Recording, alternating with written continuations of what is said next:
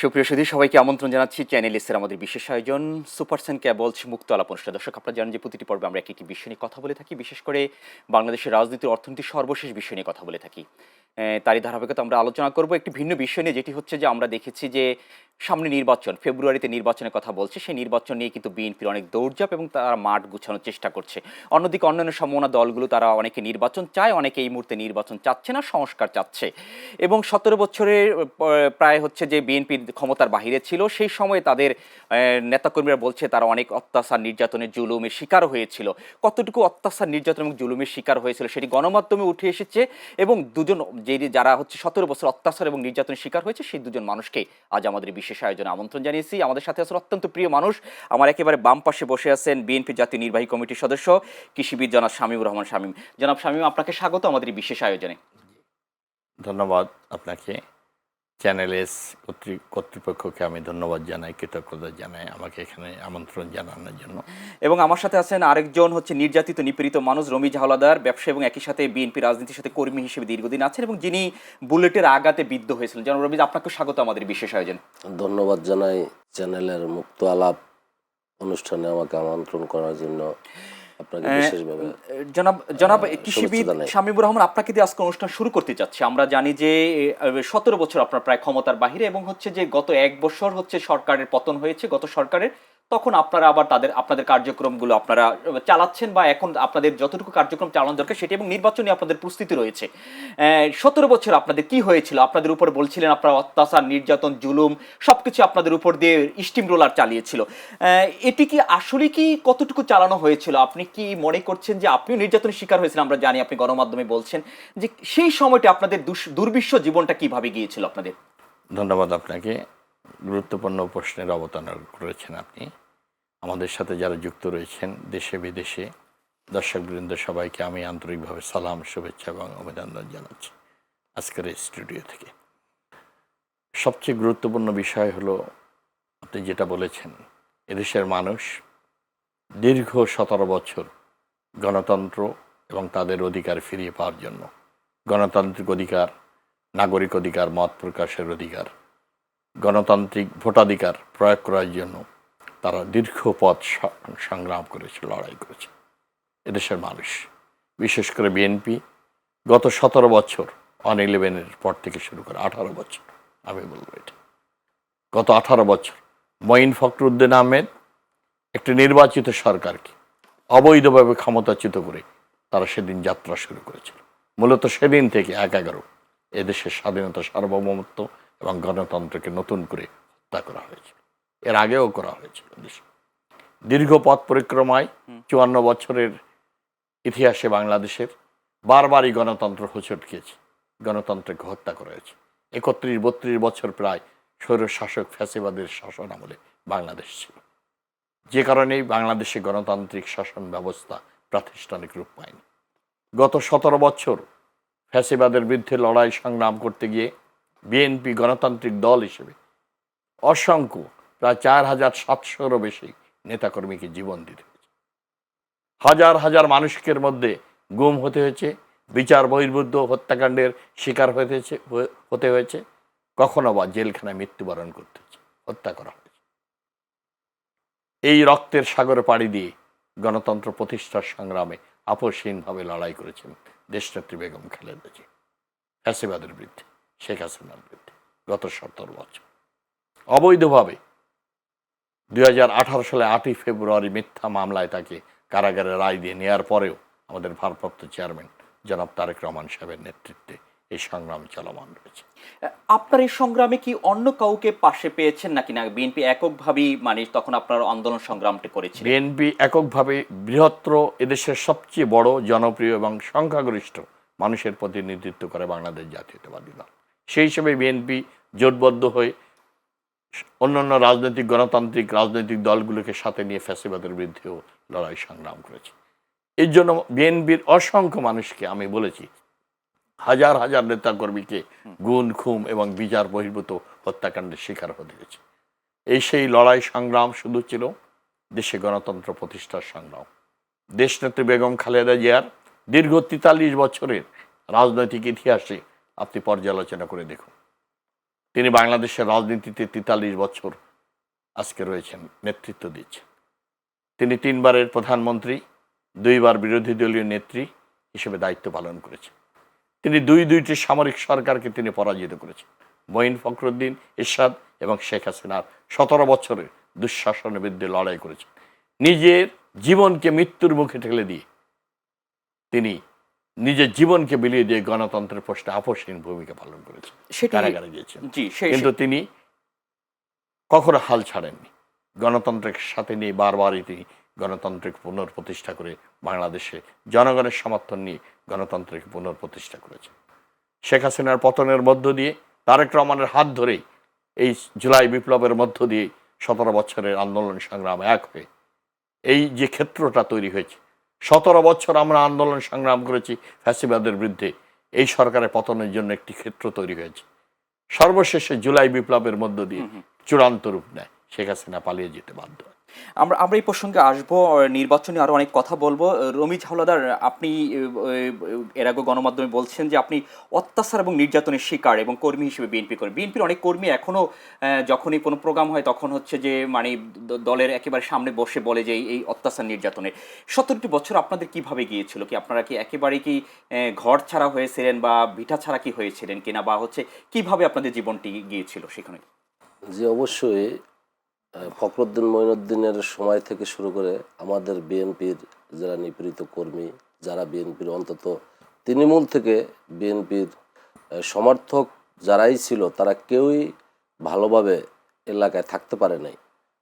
এক পর্যায়ে সারা বাংলাদেশে গাইবি বিস্ফোরক মামলা দিয়ে যারা অন্তত বিএনপির সমর্থক, তাদেরকে গড় ছাড়া, বাড়ি ছাড়া এবং বেশিরভাগ চার্জশিটভুক্ত আসামিগুলি আমরা বিনা ওয়ারেন্ট ইস্যু ছাড়া কারাগারে দিছে। তো সবচেয়ে বড় কষ্টের বিষয় হচ্ছে 24 সালে যখন 2024-এর 7ই জানুয়ারি নির্বাচনের পরে দেশে যেই অত্যাচার, গুম, খুন, নতুন করে সরকার, অবৈধ সরকার শেখ হাসিনা খুব শক্তিশালী হয়ে দাঁড়াইছে। তো তখন থেকেই আমাদের তৃণমূল থেকেই আমাদের উপরে স্টিভ রোনাল্ডো একটু বেশি চলে আসছে। তখন আমি 10ই জানুয়ারি আমার 5 বছরের সন্তান নিয়ে রাতের অন্ধকারে আমার স্ত্রীকে নিয়ে আমি ঢাকার উদ্দেশ্যে চলে আসি। সেখানে এসে আমি ঢাকায় থাকি। জুন, জুলাই, আগস্টের যে বিপ্লব, ওই বিপ্লবে অংশগ্রহণ করি। ওই বিপ্লবে অংশগ্রহণ করতে গিয়ে ঘেঁষে আমার এই চোখে এখনো সমস্যা। এইখানে এই যে আমি এই রাবার বুলেট খেয়েছি, অনেক অত্যাচার হয়েছে। আমার বিরুদ্ধে গাইবি বিস্ফোরক মামলা দেওয়া হয়েছে। বিএনপির যারা বিএনপি নামক শব্দটা উচ্চারণ করছে একবার, যে যার অবস্থান থেকে সে ওই পরিমাণে ক্ষতিগ্রস্ত হয়েছে, কেউ রেহাই পায় না এদের হাত থেকে। তো শেখ হাসিনা বরাবরই এদেশের মানুষের সাথে বেইমানি করেছে। একাগরের মঈনুদ্দিন ফখরুদ্দিন যখন বেগম জিয়াকে, আমাদের প্রিয় নেত্রী, মাতৃতুল্য নেত্রী বেগম খালেদা জিয়াকে কারাগারে নিল, শেখ হাসিনাকেও নিল, তখন শেখ হাসিনা বের হয়ে সে তার নিজের জীবনের জন্য চিকিৎসার ট্রিটমেন্টের কথা বলে সে দেশের বাইরে চলে যায়। আর আমাদের প্রিয় নেত্রী, তাকে যখন বলা হয়েছে রাজকীয়ভাবে দুবাইতে পাঠানো হবে, সে রাজি হয় নাই। সে একটা কথাই বলছে, 18 কোটি মানুষ বাংলাদেশের, এরা আমার সন্তানের মতো, এদের সাথেই আমি থাকবো, এদের নিয়েই আমি থাকতে চাই। তো এই ধারাবাহিকতায় 2007 থেকে 24 পর্যন্ত দেশনেত্রী বেগম খালেদা জিয়া আমাদেরকে যেভাবে পরিচালনা করছেন, আমাদের পার্টির অ্যাক্টিং চেয়ারম্যানের উপরে যে অত্যাচার করা হয়েছে, তাকে দেশের বাইরে নির্বাসনে পাঠানো হয়েছে, সেখান থেকে প্রিয় নেতা তারেক রহমান আমাদেরকে যেভাবে দিক নির্দেশনা দিয়েছে, আমাদের এই যে শামীম ভাই, যারা আমাদের সিনিয়র নেতৃবৃন্দ, তাদের দিক নির্দেশনামূলক আমরা সেভাবে আন্দোলন সংগ্রামে ছিলাম। আর এই সরকার বিদায়ের জন্য 1 লাখ আরও এককত্ব আধিপত্য বা ক্রেডিট নাই। সিংহভাগ আন্দোলন আমরা 17 বছর করেছি। জুলাই আগস্টেই সরকার পতন হয় নাই। 17 বছরে আমাদের শামীম ভাই বলেছে যে নেতাকর্মী গুম খুন হয়েছে, অত্যাচার হয়েছে, জেল জুলুম হুলিয়া নিয়া আমাদেরকে ঘরের বাহির হয়েও থাকতে হয়েছে। এই নির্মম নির্দয়ের কথা আমি একজন বিএনপির কনিষ্ঠ কর্মী হিসেবে আপনি আমাকে মুক্ত বাংলা অনুষ্ঠানে সুযোগ করে দেওয়ায় আমি আন্তরিকভাবে অভিনন্দন জানাই। যেটি হচ্ছে যে আপনারা নির্যাতনের শিকার হয়েছেন সেটি আপনারা বলছেন, আপনারা আবেগজড়িত কণ্ঠে এবারও কয়েকটি প্রোগ্রামে আপনারা বলেছেন, তারেক রহমানের সেই প্রোগ্রামে যে ১৭ বছরের করুণ কাহিনী। শামীম, আপনার কাছে শামীমুর আপনার একটি বিষয় হচ্ছে যে আপনারা নির্বাচনের প্রস্তুতি নিচ্ছেন এত কিছুর পরও, যে দলের পরিবর্তন হয়েছে, দল গোছানোর কাজ করছেন, নির্বাচনের জন্য প্রস্তুতি নিচ্ছেন এবং মাঠে ময়দানে এখন আপনারা যারা নির্বাচন করবেন বা প্রার্থী হচ্ছেন তারা ঘুরে বেড়াচ্ছেন। জনগণের কতটুকু আপনারা সাড়া পাচ্ছেন নির্বাচন হওয়ার জন্য? কারণ কেউ কেউ আবার নির্বাচন চাচ্ছে না এই মুহূর্তে, যে আরো পরে নির্বাচন হোক। জনগণ কতটুকু আপনাদেরকে সাড়া দিচ্ছে? ধন্যবাদ আপনাকে। আপনি ঠিকই গুরুত্বপূর্ণ প্রশ্ন করেছেন, এটা একটি গুরুত্বপূর্ণ দিক। আজকের আমাদের অন্তর্বর্তীকালীন সরকারের মাননীয় প্রধান উপদেষ্টা তিনি জুলাই বিপ্লবের ১ বছর পূর্তি উপলক্ষে জাতীয় সংসদ ভবনের দক্ষিণ প্লাজায় সমস্ত রাজনৈতিক দলকে সাথে নিয়ে তিনি ঐতিহাসিক একটি বক্তব্য জাতির সামনে তুলে ধরেছেন। জুলাই ঘোষণাপত্র ২৮টি পয়েন্টে তিনি জাতির সামনে তুলে ধরেছেন এবং জুলাই সনদের কাজ চূড়ান্ত পর্যায়ে কাজ চলছে সেটির কথাও তিনি ব্যাখ্যা করেছেন। তিনি আগামী ২৬ সালের ফেব্রুয়ারির প্রথম সপ্তাহে ১২ তারিখের মধ্যেই, রোজার আগেই জাতীয় সংসদ নির্বাচনের একটি প্রতিশ্রুতি এবং নির্দেশনা জাতির সামনে দিয়েছেন। নির্বাচন কমিশনকে বলেছেন, সংশ্লিষ্ট প্রতিষ্ঠানগুলোকে নির্দেশনা দিয়েছে। সমগ্র বাংলাদেশের মানুষ উজ্জীবিত হয়েছে, উদ্বেলিত হয়েছে, অনুপ্রাণিত হয়েছে। গত ১৭ বছর তরুণ প্রজন্মের প্রায় ৪.৫ কোটি ভোটার সহ ১২,৬১,০০,০০০ ভোটার তাদের ভোটাধিকার গত ১৭ বছর, ভোট কি জিনিস, নির্বাচন কি জিনিস তারা উপলব্ধি করতে পারেন। গত ১৭ বছর অধীর আগ্রহ তাদের, অধীর আগ্রহে তারা প্রতীক্ষা রয়েছে। জনগণের সবচেয়ে তীব্র প্রতীক্ষা এবং আকাঙ্ক্ষা হলো তাদের ভোটাধিকার প্রয়োগের মাধ্যমে, সুষ্ঠু অবাধ নির্বাচনের মাধ্যমে তাদের পছন্দের প্রার্থীকে নির্বাচিত করে তারা প্রতিনিধি করে পার্লামেন্টে পাঠাবে। এটির দিকে মানুষ তাকিয়ে রয়েছে, সুষ্ঠু অবাধ নির্বাচনের জন্য। জাতির একটি ঐতিহাসিক সন্ধিক্ষণে আমরা দাঁড়িয়ে আছি, এই দিনটির অপেক্ষা রয়েছে। সেই জায়গায় থেকে সমগ্র মানুষ, ২০ কোটি মানুষ প্রত্যাশা করছেন নির্বাচনকে, আকাঙ্ক্ষা, তীব্র আকাঙ্ক্ষা এবং প্রত্যাশা, কিন্তু কেউ জনাকাঙ্ক্ষা। কেউ কিন্তু বলছে আমরা যে নির্বাচন এই মুহূর্তে হতে দেবে না বা হবে না, এরকমও জোরালো কথা বলছে। সম্পূর্ণ জনগণের সাথে দেশের মানুষের আশা আকাঙ্ক্ষার বিপরীতে অবস্থা। এটা আমার মনে হয় তাদের জন্য সমীচীন হবে না। জনগণের বিরুদ্ধে গিয়ে, জনস্রোতের বাইরে গিয়ে অযৌক্তিক একটি দাবি তুলে নির্বাচনকে বিলম্বিত করে বা ভাবাদাগ্রস্ত করা কোনো মতেই সমীচীন হবে না। তার জন্য জনগণ অবশ্যই কঠোরভাবে তাদের প্রতিক্রিয়া এবং তাদের অবস্থান তুলে ধরবে জাতির সামনে। আমি মনে করি জনগণই সুষ্ঠু বিচারক, তারা সবসময় সত্য এবং ন্যায়ের পক্ষে থাকে। এই নির্বাচনকে কেন্দ্র করে যারা মাননীয় প্রধান উপদেষ্টার এই বক্তব্যের বিরুদ্ধে দ্বিমত পোষণ করে বক্তব্য দিচ্ছেন, অধ্যত্বপূর্ণ ধৃষ্টতামূলক বক্তব্য দিচ্ছেন, এটা জাতির কাছে প্রত্যাশিত না, কাঙ্ক্ষিত না। আমি মনে করি তাদের ভুল তারা বুঝতে পারবেন, তারা নিজেরাই তো বুঝতে পারবে জনগণের মাঝে তাদের অবস্থান কতটুকু। সুষ্ঠু অবাধ নির্বাচন হলেই বুঝতে পারবে একটি রাজনৈতিক দলের সবচেয়ে বড় পরীক্ষা কোথায়, জনগণের সমর্থন, ম্যান্ডেট। সেই ম্যান্ডেটটুকু কতটুকু আছে সেটাতে সুষ্ঠু নির্বাচন হলে জনগণের সামনে প্রতীয়মান হবে, সেটা বুঝতে পারবেন জনগণের মাঝে আপনার কতটুকু গ্রহণযোগ্যতা আছে। সেটা সময়ের সাপেক্ষ। এবং আমরা যেটি মাননীয় প্রধান উপদেষ্টা বলছেন যে ফেব্রুয়ারির মধ্যে নির্বাচন, সেটি আপনি বলছেন জনগণের দাবি এবং জনগণ সেটি চাচ্ছে আর কি। আমরা চাচ্ছি যে তিনি যেভাবে বলছেন সেভাবে নির্বাচন হবে। রমি ঝালদার, যেটি হচ্ছে যে গ্রামগঞ্জের মানুষ এখন হচ্ছে নির্বাচনের কোনো হাওয়া বইছে কিনা বা নির্বাচন আপনি কি মনে করছেন? আপনি তো অত্যাচার নির্যাতন করে এখন হচ্ছে যে একটা জীবন পার করছেন আর কি, এখন কি মনে করছেন গ্রামে ঘুরে যে মানুষ কি নির্বাচন হাওয়া কি গ্রামগঞ্জে বইছে কিনা? অবশ্যই নির্বাচনের জন্যই তো এই ১৭টা বছর মানুষে ভোট যুদ্ধ নিয়ে নিজের ভোট প্রয়োগ করার জন্যই তো এতগুলি বছর অন্যায় অত্যাচার করার পরেও, অত্যাচারের ভিতরে থাকার পরেও কিন্তু মানুষ মূলত চাচ্ছে একটা নির্বাচন, একটা ভোট প্রয়োগ করা। গ্রামগঞ্জে অতি উৎসাহিতর ভিতরেই মানুষ চাচ্ছে নির্বাচন।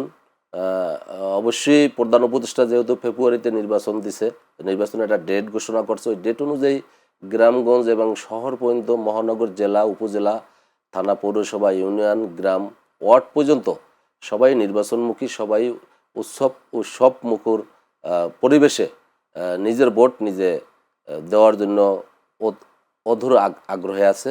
তো বিএনপি বরাবরই নির্বাচনমুখী দল, জনগণের দল। বিএনপি সবসময় জনগণ নিয়েই কাজ করে, জনসেবাই আছে। কখনো বিএনপি যে কয়বারই ক্ষমতায় আসছে, দেশের রাষ্ট্র ক্ষমতায়, কখনোই দিনের ভোট রাতে দেয় নাই।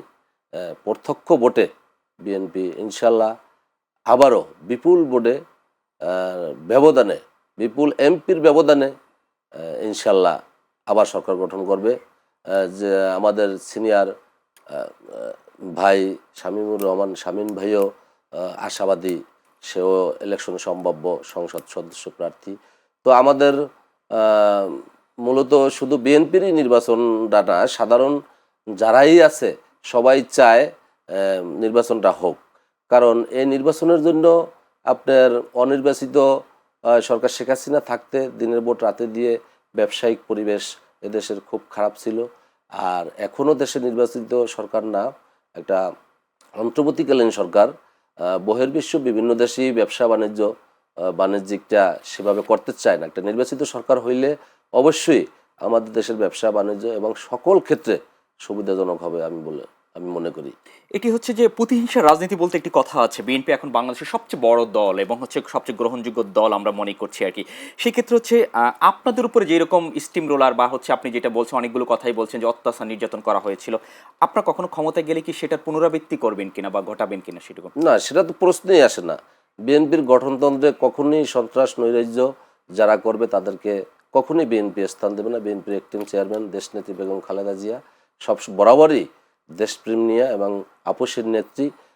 সে এখনই আপনি দেখতে পাচ্ছেন নয়ন ভাই, যে সারা বাংলাদেশে এমন এমন নেতৃবৃন্দকে বিএনপি অব্যাহতি দিয়েছে, বহিষ্কার দিয়েছে সামান্য ত্রুটি বিচ্ছিত কথার জন্য। বিএনপি এই যে সেই দিন পটুয়াখালী জেলা মহিলা দলের সভানেত্রীরে সাংবাদিকের সাথে বিহেভ করছে, ভালো ভাষায় কথা বলে নাই, তাকে অব্যাহতি দিছে। তো মূলত বিষয় হয়েছে শেখ হাসিনা 17 বছর ক্ষমতায়, অবৈধ ক্ষমতা থেকে এমন একটা অত্যাচারিত শাসক হয়ে দাঁড়াইছিল, উনি নিজেই বলেছিল যে বিএনপি যদি কখনো সুযোগ পায় তাহলে এক রাতে 5 লক্ষ লোক নিহত হবে। তো আপনি বুঝতে পারছেন যে শেখ হাসিনা নাই, 1 বছর প্লাস, 1 বছর সামথিং দিন গেল, কই ওইরকম তো কোনো কিছু হয় নাই। আর বিএনপি কখনো পাওয়ারে আসলে, সরকারে আসলে হয়নি সেটি আপনি বলতে পারেন না, হয়েছে অনেক জায়গায়, অনেক বিএনপির কর্মীদের বিরুদ্ধে অনেক অভিযোগ রয়েছে। বিচ্ছিন্ন বলতে পারেন, এটি অনেক গুরুতর অভিযোগ আমরা মাঝে মধ্যে শুনে থাকি। শেখ হাসিনা যেভাবে বলছে ভাই সেভাবে তো হয় নাই। শেখ হাসিনা বলছে একটা রাতের জন্য সুযোগ হলে 5 লক্ষ লোক মারা যাবে। এরা তো পারেন না, আপনাদের দলের সেই গত 1 বছর অনেক জায়গায় অনেক বিশৃঙ্খল হয়েছে। যেগুলি হয়েছে এগুলি আমাদের সিনিয়র নেতৃবৃন্দরা অবশ্যই ব্যবস্থা নিতেছে। কেন্দ্র, জেলা, উপজেলা, মহানগর বিভিন্ন জায়গায় বহিষ্কার, আজীবন বহিষ্কার অব্যাহতি দিয়েছে। এখন অনেকটাই কন্ট্রোলে চলে আসছে এবং বিএনপির প্রতি এখনো মানুষের আন্তরিকতা খুবই বাড়ছে। যাতে কোনো যেভাবে শেখ হাসিনা, ওবায়দুল কাদের যেভাবে বলছিল ওইভাবে কিছুই হয় নাই। আর বিএনপি পাওয়ারে আসলে এই জাতীয় সুযোগ সুবিধা কেউ নিতে পারবে না।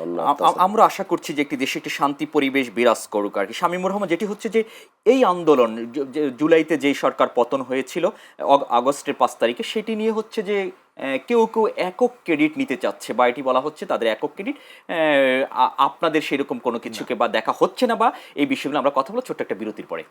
দর্শক, আমরা যাবো সুপারসেন কেবলসের সৌজন্য ছোট্ট একটা বিরতিতে, থাকুন আমাদের সাথে, ফিরছি একটু পরেই।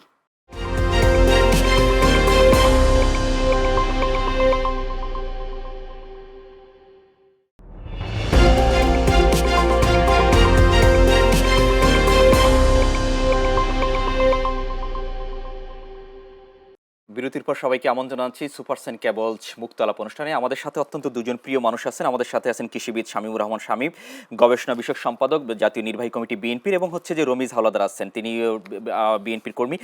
জনাব শামীমুর রহমান, বিরতির আগে আপনার কাছে যে প্রশ্ন করেছিলাম যে এটি হচ্ছে 17 বছর ফল নাকি না, ও যে ওই সময় 2024-এর আগে পরে, যেটি হচ্ছে যে সরকার পতনের আগে কিছুদিন যে আন্দোলন সংগ্রাম হয়েছিল, সেটির ফল কি সেই 5ই আগস্ট কিনা, এটি অনেকে আপনাদের যে অবদান রয়েছে সেটি বিষয়টি অনেকে স্বীকার করছে না বা করে নিতে চাচ্ছে না। এই বিষয়টিকে আপনি তো গবেষণা বিষয় সম্পাদক, বিএনপি নিয়ে গবেষণা করছেন, দেশের মানুষকে নিয়ে গবেষণা করছেন এবং কিভাবে নির্বাচন হতে পারে, দেশ কিভাবে চলতে হবে সেগুলো নিয়ে গবেষণা করছেন। আপনি কি মনে করছেন আসলে কি এটা কেউ একক ক্রেডিট নেওয়ার কি যোগ্যতা বা যোগ্য আছে? ধন্যবাদ আপনাকে এই প্রশ্ন করার জন্য। আপনাকে আমি পরিষ্কারভাবে এই বিষয়টি উপস্থাপন করতে চাই আপনার এই চ্যানেলের মাধ্যমে। আমাদের ছাত্ররা তাদের মেধার মূল্যায়নের জন্য আন্দোলন করেছে, 18 সালেও আন্দোলন করেছে, কোটা সংস্কারের জন্য, নিরাপদ সড়কের জন্য আন্দোলন করেছে। আপনার সমস্ত দলমত নির্বিশেষে কোনো ছাত্রদের কোনো দল ছিল না। সমগ্র ছাত্র সমাজে এই আন্দোলনগুলো করেছে। স্কুল কলেজের কোমলমতি বাচ্চা ছেলেরাও এই আন্দোলনে শরিক হয়েছে। তারা আন্দোলন করেছে তাদের মেধার মূল্যায়নের জন্য, কোটার বিরুদ্ধে।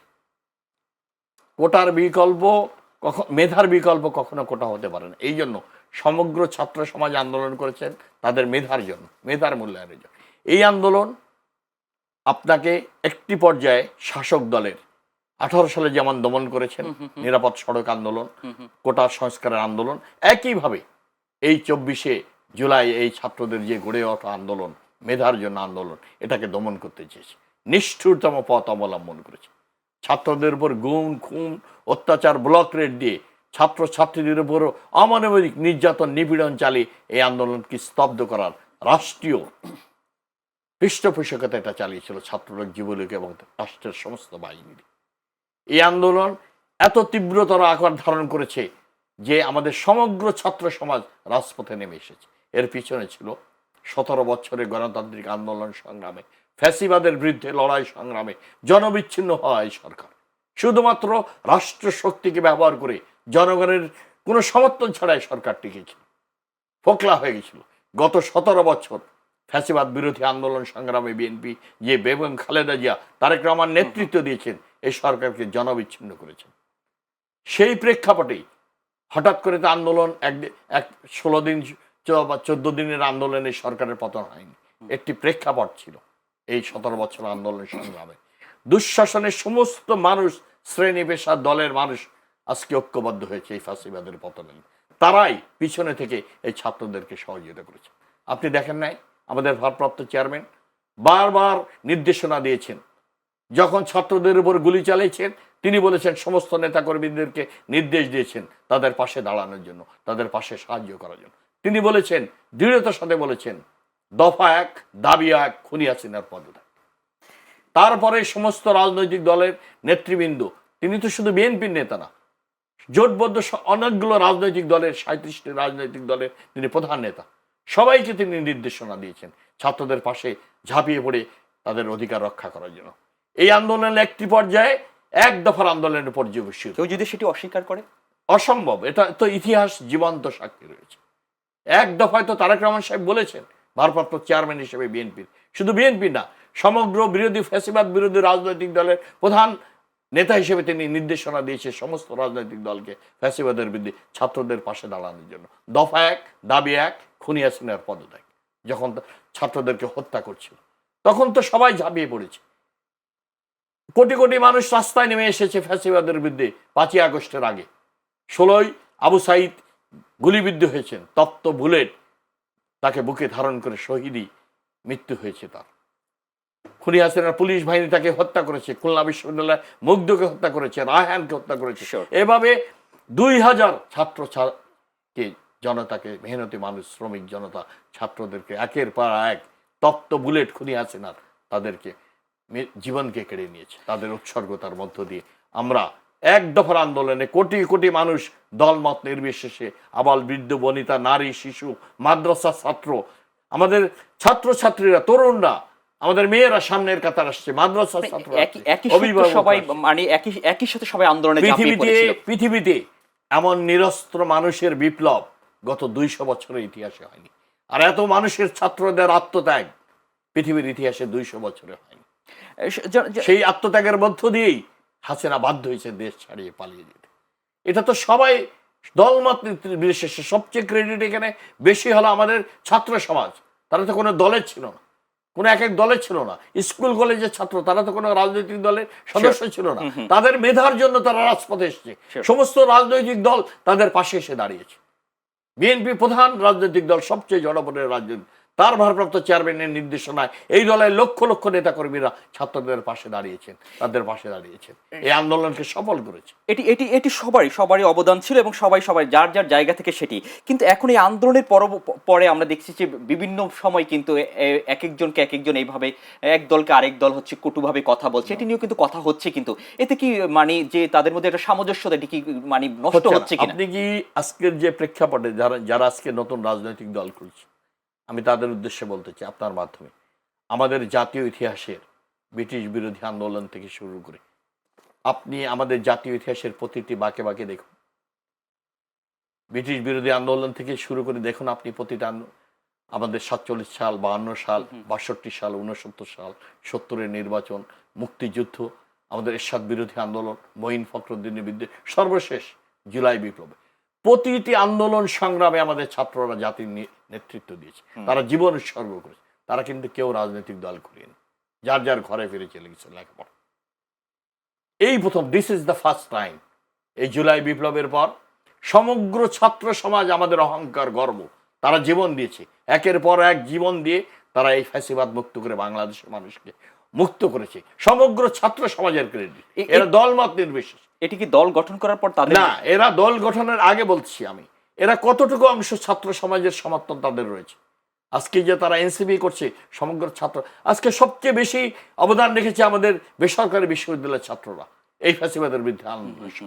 আমাদের নারী ছাত্ররা, মাদ্রাসার ছাত্র, তাদেরকে তো সম্পৃক্ত করা হয়নি এনসিপিতে, তাদের কতটুকু সমর্থন আছে এখন আপনি দেখলে বুঝবেন জনগণের মাঝে, ছাত্র সমাজের মাঝে তাদের কতটুকু সমর্থন আছে। সেটা এখন আপনারা বিভিন্ন জেলাগুলো ট্যুর করছে, দেখছেন কতটুকু লোক উপস্থিত হচ্ছে। গোটা ছাত্র সমাজের অহংকার, গর্ব হলো আমাদের ছাত্ররা জীবন দিয়ে তারা শিখিয়েছে তাদের প্রিয় মাতৃভূমিকে দেশের মানুষের অধিকার ফিরিয়ে, স্বাধীনতা, সার্বভৌমত্বকে ফিরিয়ে এনেছে। এই গর্বিত অংশ আমাদের ছাত্র সমাজ।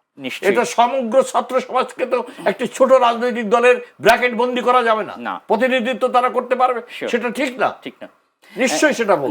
জাতীয়তাবাদী ছাত্রদল বৃহৎ একটি অংশের নেতৃত্ব দিচ্ছে এদেশের মেধাবী ছাত্রদের। সেটি আমরা জানি দীর্ঘদিন ধরে, এবং বাংলাদেশের সবচেয়ে বড় দল সেই তারা এখন অবস্থান করছে আর কি, সেটি তারা। এবং আপনাদেরও যে নির্বাচন, যে আপনাদের হচ্ছে যে 5ই আগস্টের পরে আপনাদের নেতাকর্মীদের বিরুদ্ধে কিন্তু অনেক অভিযোগ এবং অনেক বড় বড় অভিযোগ কিন্তু ছিল, তার বিরুদ্ধে আপনারা কতটুকু হচ্ছে যে এখন পর্যন্ত প্রোটেক্ট নিয়েছে সেটি নিয়ে কথা বলবো। আমি একটু রমিজ আপনার কাছে যেতে চাচ্ছিলাম, যেটি হচ্ছে যে বিষয়টি হচ্ছে যে আন্দোলন সংগ্রামে বিএনপির অনেক ভূমিকা ছিল, এখনো আছে, এবং তারেক রহমান হচ্ছে যে এই আন্দোলনে অনেক মুখ্য ভূমিকা পালন করছে, সকলকে হচ্ছে যে ডিরেকশন দিয়েছে কিভাবে আন্দোলন করবে আর কি। এই আন্দোলনকে যারা এককভাবে ক্রেডিট নিতে চায় বা এককভাবে নিচ্ছে, তাদের কথা কি আপনি কি মনে করছেন যে তারা কি আসলে এককভাবে ক্রেডিট নিতে পারে কিনা? না না, এককভাবে ক্রেডিট নেওয়ার কোনো প্রশ্নই আসে না। এককভাবে যদি ক্রেডিট নিতে চায় সেক্ষেত্রে বিএনপির এককভাবে ক্রেডিট নেওয়া উচিত। কারণ 17 বছর বিএনপি মাঠে, রাজপথে, জেল জুলুম বিএনপির মাথায় এনেছে। আপনার জুন জুলাই আগস্টেই সরকার পতন হয় নাই, এবং তারা কি এর আগে কখনো জেল জুলুম খেটেছিল না? এরা কখনোই এরকম কোনো তাদের পিছনে ব্যাকগ্রাউন্ডে নাই। অনেকেই ছাত্রলীগের রাজনীতির সাথে হলে জড়িত ছিল। যাই হোক, সব কিছু মিলে জামাতের যে আমির, উনি নিজেই তো স্বীকার করছেন, এবং আপনাদের মতো এই যে সামাজিক যোগাযোগ বলেন, চ্যানেলের মাধ্যমে বলেন, উনি তো বলছে যে এই যে বাংলাদেশ শেখ হাসিনাকে উৎখাত করার মাস্টার মাইন্ড আমাদের বিএনপির অ্যাক্টিং চেয়ারম্যান জনাব তারেক রহমান। তো তারপরও ছাত্ররা যেহেতু সবাই, ছাত্র সমাজ, শামীম ভাই বলছে যে সমগ্র ছাত্র সমাজ একত্রিত হইয়া এই সংগ্রামটা করছে, জুলাই বিপ্লব। আমাদের যে বিএনপির বাংলাদেশ জাতীয়তাবাদী ছাত্র দলের নেতৃত্বে রাকিবুল ইসলাম রাকিব ভাই এবং নাসির হলাদারের নেতৃত্বে সভা সমাবেশ এবং প্রোগ্রাম, প্রত্যেকটা প্রোগ্রামেই তারা ছিল। এবং আমাদের চট্টগ্রামের অসীমুল আকরামও নিহত হয়েছেন। তো সেক্ষেত্রে যারা এখন দল করছে তারা আন্দোলন কিভাবে করছে, কতটুকু তারা উইন্ডেড হয়েছে, কি হয়েছে, এটা আপনারা জানেন, আমরাও দেখছি, সবাই, দেশের মানুষ সবাই দেখতেছে। তো তাদের সমর্থন কতটুকু ছিল, তারা সংশোধনের জন্য তারা আসছিল, কোঠার জন্য। যখন আপনার এক দফা ডাক দিয়েছে আমাদের জননেতা জনাব বিএনপির অ্যাক্টিভ চেয়ারম্যান তারেক রহমান 4 তারিখে এক দফা আন্দোলন মহাসচিবের মাধ্যমে ঘোষণা দিয়েছে, তারপরে 5 তারিখে শেখ হাসিনা এদেশে থেকে বিতাড়িত হয়েছে। তো সেক্ষেত্রে উভয়েরই এটা সার্থকতা আছে, উভয়েরই শ্রম আছে, এককভাবে ক্রেডিট নেওয়ার কোনো প্রশ্নই আসে না। তবে সিংহভাগ ক্রেডিট বিএনপির প্রতি আমি মনে করি বিএনপির, হ্যাঁ, দেওয়া যেতে পারে, যেহেতু 17 বছর বিএনপি মাঠে ছিল, রাজপথে ছিল। যেটা শামীম ভাই বলছেন যে জেলা উপজেলায় ওনারা যে নতুন এনসিপি খুলছে, প্রোগ্রাম দিতেছে, প্রোগ্রামে কি লোক কি ছাত্র কতটুকু কয়েক উপস্থিত হয় ওটার দ্বারাই বোঝা যায়। আর আমাদের জেলার একজন ছাত্র দলের নেতা যদি উপজেলায় যায়, হাজার হাজার লোক সেখানে তাকে সংবর্ধনা দিতে আসে। তো সব কিছু মিলাইয়া সবাইরই ত্যাগ শ্রম আছে যারা রাজপথে ছিল, আমি মনে করি। অবশ্যই আর কি। শামীম ভাই, আমি বলছিলাম যে যেটি হচ্ছে যে আপনাদের এক বছর আপনারা সুনাম বলেন দুর্নাম, যে এরকম সুনামও করেছেন সেরকম যে দুর্নাম, দলের কর্মীরা অনেক ধরনের অপরাধের সাথে জড়িয়ে পড়েছে, সেটি হচ্ছে মব সৃষ্টি থেকে শুরু করে বিভিন্ন ধরনের অপরাধের সাথে আর কি। সেটির বিরুদ্ধে আপনারা কিছুটা হলেও হচ্ছে যে অ্যাকশন নেওয়ার চেষ্টা করছেন, কিন্তু এটি কতটুকু মানে একেবারেই মানে যতটুকু নেওয়ার দরকার ছিল তার কতটুকু নিতে পারছেন, বা আগামীতে যদি আপনার ক্ষমতা যান, এখন অনেকে বলছে ক্ষমতার বাইরে থেকে যদি এরকম হয় ক্ষমতায় গেলে কি অবস্থা হবে আর কি। এই আপনি তো গবেষণা করছেন বিএনপিকে নিয়ে, শুধু বিএনপি না দেশের নিয়েও গবেষণা করে তারেক রহমানকে আপনি জানাচ্ছেন আর কি, আপনি কি মনে করছেন? ধন্যবাদ আপনাকে। দেখুন, আমাদের ভারপ্রাপ্ত চেয়ারম্যান সাহেব অত্যন্ত কঠোর নজরদারির মধ্যে রেখেছে এবং আপনাদেরকে সবসময় বলছে, সব সময় তিনি প্রতিনিয়তই তিনি দিক নির্দেশনা দিচ্ছেন। দপ্তরে রুহুল কবির রিজভী আহমেদ সাহেব রয়েছেন, মহাসচিব সাহেব রয়েছেন, যোগাযোগ রাখছেন। যেখানে আমাদের নেতাকর্মীরা জনগণের ক্ষতি সাধিত হয়, জনগণ কষ্ট পাবে, দুঃখ পাবে, নৈরাজ্য সৃষ্টি করবে যারা, তাদেরকে শনাক্ত করে তিনি দল থেকে বহিষ্কারের ব্যবস্থা করছেন। 4000-এর বেশি নেতাকর্মীকে বহিষ্কার করা হয়েছে গত এক বছরে। আচ্ছা, এই তথ্যটা আমরা আজকে পেয়েছি। অসংখ্য নেতাকর্মীকে সতর্ক করা হচ্ছে, অব্যাহতি দেওয়া হচ্ছে সামান্য অপরাধের কারণে, কিন্তু তাদের গত 17 বছর আন্দোলন সংগ্রামে সীমাহীন ত্যাগ এবং অবদান রয়েছে। আচ্ছা, সামান্য কারণে তাদের বিরুদ্ধে সাংগঠনিক ব্যবস্থা নিয়েছে। কেন? বিএনপি হলো জনগণের দল, বিএনপি জনগণকে সাথে রাখতে চায়, জনগণের কল্যাণে বিএনপি কাজ করতে চায়। অতীতেও সেটা করেছে। আমাদের ভারপ্রাপ্ত চেয়ারম্যান তারেক রহমান দায়িত্বহীনভাবে বলেছে, জনগণের পাশে থাকুন, জনগণকে সাথে রাখুন, জনগণের কল্যাণে কাজ করুন। জনগণের ক্ষতি হয়, জনগণের বিরুদ্ধে যায় এমন কোনো কাজ নেতাকর্মীরা করলে তাদের বিরুদ্ধে কঠোর ব্যবস্থা নেওয়ার নির্দেশনা তিনি দিয়েছেন। নৈরাজ্য, সন্ত্রাস, দখলবাজি, চাঁদাবাজি এগুলোর সাথে যারা জড়িত তাদের বিরুদ্ধে কঠোর হুঁশিয়ারি এবং ব্যবস্থা নেওয়ার নির্দেশনা তার রয়েছে। আজকে আপনি দেখেছেন তারেক রহমান সাহেবের নির্দেশনার কারণে, আজকে একটু আগে রমেশ বলেছে, আমাদের তৃণমূলের একজন কর্মী, শেখ হাসিনা যখন ক্ষমতায় ছিল, ওবায়দুল কাদের, তোফায়েল আহমেদ এরা বলেছিল জামাত বিএনপি যদি ক্ষমতায় এসে হাসিনার পতন হয়, এক রাতেই 5 লাখ লোক মারা যাবে, লক্ষ লক্ষ লোক বাড়ি ছাড়া হয়ে বিদেশে পালিয়ে চলে যাবে। জুলাই বিপ্লবের পর আমাদের ভারপ্রাপ্ত চেয়ারম্যান তারেক রহমানের নির্দেশনায় প্রতিটি লক্ষ লক্ষ নেতাকর্মী, আমাদের 435টি থানা লুট হয়ে গেছে।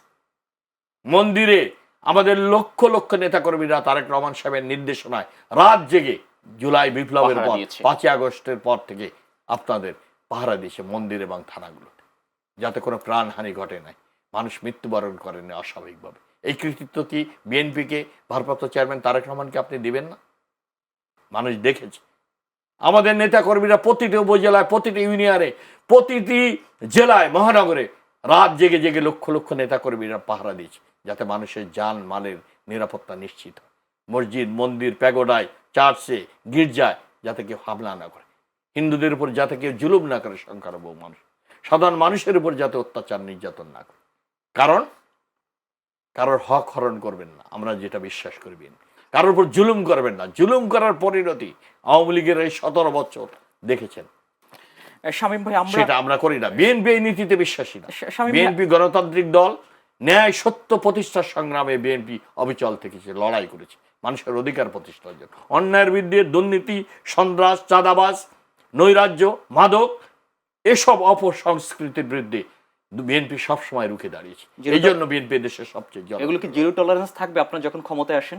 অবশ্যই অবশ্যই। এগুলোর বিরুদ্ধে দেশটাতে বেগম খালেদা জিয়া আপনি দেখেছেন। শামীম ভাই, আমরা একটু একটু এই অন্য প্রসঙ্গে যেতে চাচ্ছি। সেটি হচ্ছে যে আপনি যেহেতু বিএনপি রাজনীতির সাথে দীর্ঘদিন ধরে জড়িত, একেবারে আমরা জানি যে ছাত্র জীবন থেকে আপনি কৃষি ইউনিভার্সিটির স্টুডেন্ট ছিলেন, তখন পর থেকে তারপর খালেদা জিয়ার অত্যন্ত কাছের মানুষ ছিলেন আর কি।